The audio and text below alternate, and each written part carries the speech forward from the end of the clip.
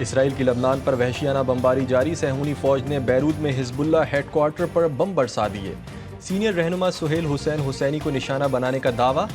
میسل جبل، رشاف اور مجیب کے علاقوں میں حملوں میں متعدد شہری شہید و زخمی۔ حزب اللہ کی جوابی کارروائی، تل ابیب میں موساد کے ہیڈ کوارٹر، حائفہ شہر اور دیگر غیر قانونی آبادکاری والے علاقوں پر میزائل داغ دیے۔ صہیونی فوج کو شدید نقصان پہنچنے کی اطلاعات۔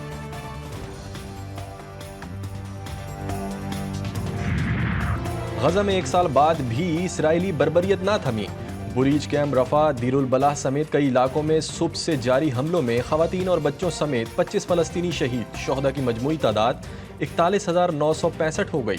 شمالی غزہ میں مزاحمت کاروں کی جوابی کارروائیوں میں 1 صہیونی فوجی ہلاک، مغربی کنارے جنین شہر میں بھی جارحیت کے دوران کئی فلسطینی زخمی۔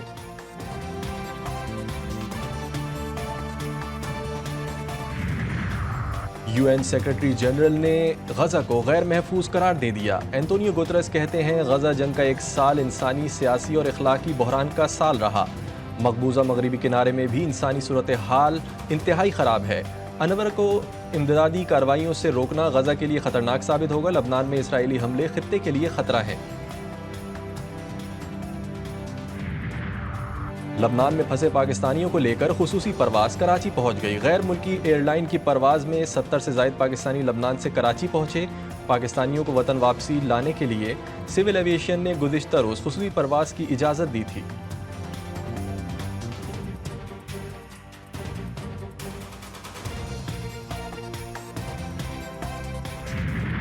مہنگائی کی چکی میں پسے عوام کے لیے بری خبر، قرضوں کے بوجھ تلے دبی حکومت کا مزید قرض لینے کا فیصلہ۔ وزارت خزانہ نے مالی سال 2024-25 کے لیے 19.2 ارب ڈالر کا قرض لینے کا پلان تیار کر لیا۔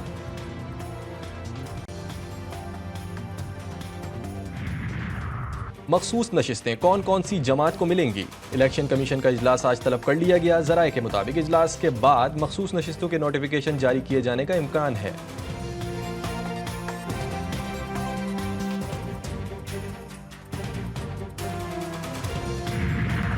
تحریک انصاف کا احتجاج جاری رکھنے کا فیصلہ۔ پنجاب میں نئے احتجاجی پروگرام کا شیڈیول تیار کر لیا۔ پنجاب کے بعد اسلام آباد میں احتجاج کی دوبارہ کال دی جائے گی۔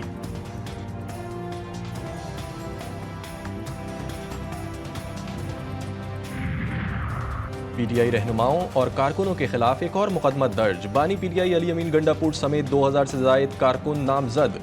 دہشت گردی سمیت 12 دفعات شامل۔ بانی پی ٹی آئی نے جیل میں دی سہولیات کا ناجائز فائدہ اٹھایا۔ علی امین گنڈاپور نے سرکاری وسائل کا غلط استعمال کیا۔ اعظم سواتی نے مظاہرین کی مالی معاونت کی۔ ایف آئی آر کا متن۔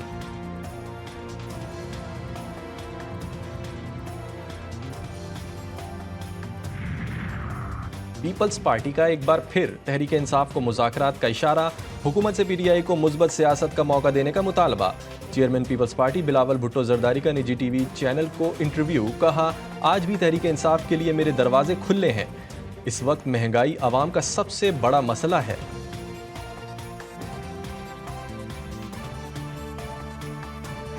وفاق کے اوپر دن رات چڑھائی کی جا رہی ہے، دھمکیاں دی جا رہی ہیں کہ 2014-15 میں آپ کو اچھی طرح علم ہے کس طرح ڈی چوک کے اوپر کئی ماہ یہاں پر دھرنا دیا گیا۔ یہ جو دھرنے دیے جا رہے ہیں اور روز اسلام آباد پر چڑھائی ہو رہی ہے، یہ پاکستان کے ساتھ سب سے بڑی دشمنی ہے۔ 2014 اور 15 کی سازش کو کسی صورت دہرانے نہیں دیں گے۔ وزیر اعظم شہباز شریف نے واضح پیغام دے دیا۔ کابینہ اجلاس سے خطاب میں کہا، وفاق پر دن رات چڑھائی کی جا رہی ہے، فسادیوں کو ہوش کے ناخن لینے چاہیے۔ پی ٹی آئی کو منظور نہیں کہ پاکستان ترقی کرے۔ کراچی جیسے واقعات ملک کے خلاف سازش ہیں۔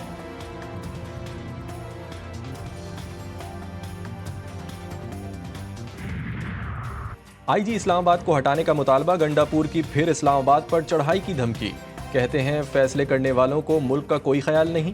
بانی پی ٹی آئی نے واضح طور پر کہا تھا کہ ہماری فوج سے کوئی لڑائی ہے اور نہ ہی کوئی فوج مخالف ایجنڈا۔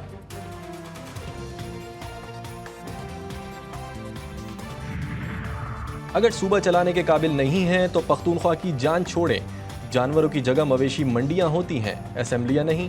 وزیر اطلاعات پنجاب عظمہ بخاری کا علی امین گنڈاپور کے بیان پر رد عمل، کہا نواز شریف کے بغض میں جلتا آپ کا لیڈر اڈیالہ جیل پہنچ گیا۔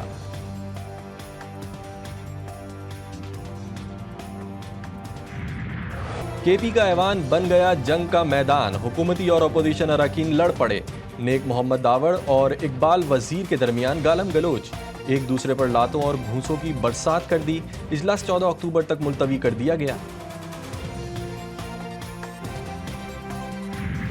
تحفظ موومنٹ کی جو پچھلے 6 مہینوں کی اگر آپ ایکٹیویٹی کو دیکھیں، جس طریقے سے انہوں نے پاکستان کے جھنڈے کو نظر آتش کیا، جس طریقے سے انہوں نے پاکستان سے باہر پاکستان کی ایمبیسیز کے اوپر حملے کیے، پاکستان مخالف بیانیے کو پروان چڑھانے کے لیے باقاعدہ طور پہ فنڈنگ بھی کی۔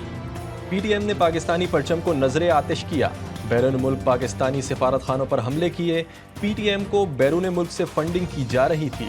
وفاقی وزیر اطلاعات و نشریات عطا اللہ تارڑ کی کالعدم پشتون تحفظ موومنٹ پر پابندی کی وجوہات بتا دیں۔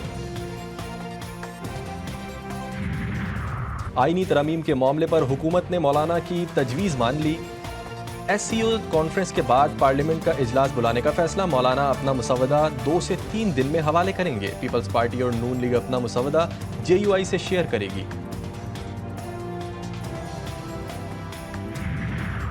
میرپور خاص میں توہین مذہب کے الزام میں قتل ڈاکٹر شاہنواز کیس میں پیش رفت، 4 ملزمان پنجاب سے گرفتار، انسداد دہشت گردی عدالت میں پیش، چاروں ملزمان 4 روزہ ریمانڈ پر پولیس کے حوالے۔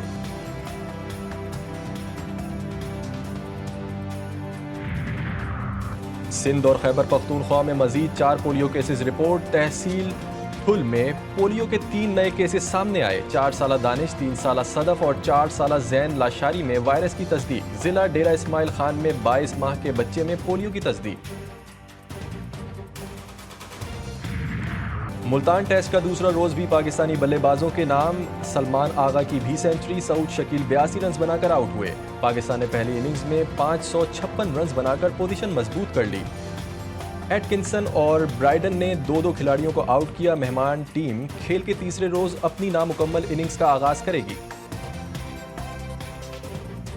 اسرائیل کی لبنان پر وحشیانہ بمباری جاری، صہیونی فوج نے بیروت میں حزب اللہ ہیڈ کوارٹر پر بم برسا دیے، سینئر رہنما سہیل حسین حسینی کو نشانہ بنانے کا دعویٰ، میسل جبل، رشاف اور مجیب کے علاقوں میں حملوں میں متعدد شہری شہید و زخمی، حزب اللہ کی جوابی کارروائی، تل ابیب میں موساد کے ہیڈ کوارٹر، حائفہ شہر اور دیگر قانونی غیر قانونی آبادکاری والے علاقوں پر میزائل داغ دیے، صہیونی فوج کو شدید نقصان پہنچنے کی اطلاعات۔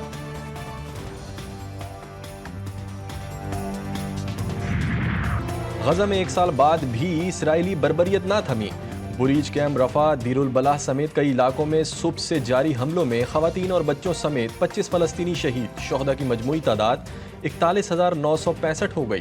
شمالی غزہ میں مزاحمت کاروں کی جوابی کارروائیوں میں 1 صہیونی فوجی ہلاک، مغربی کنارے جنین شہر میں بھی جارحیت کے دوران کئی فلسطینی زخمی۔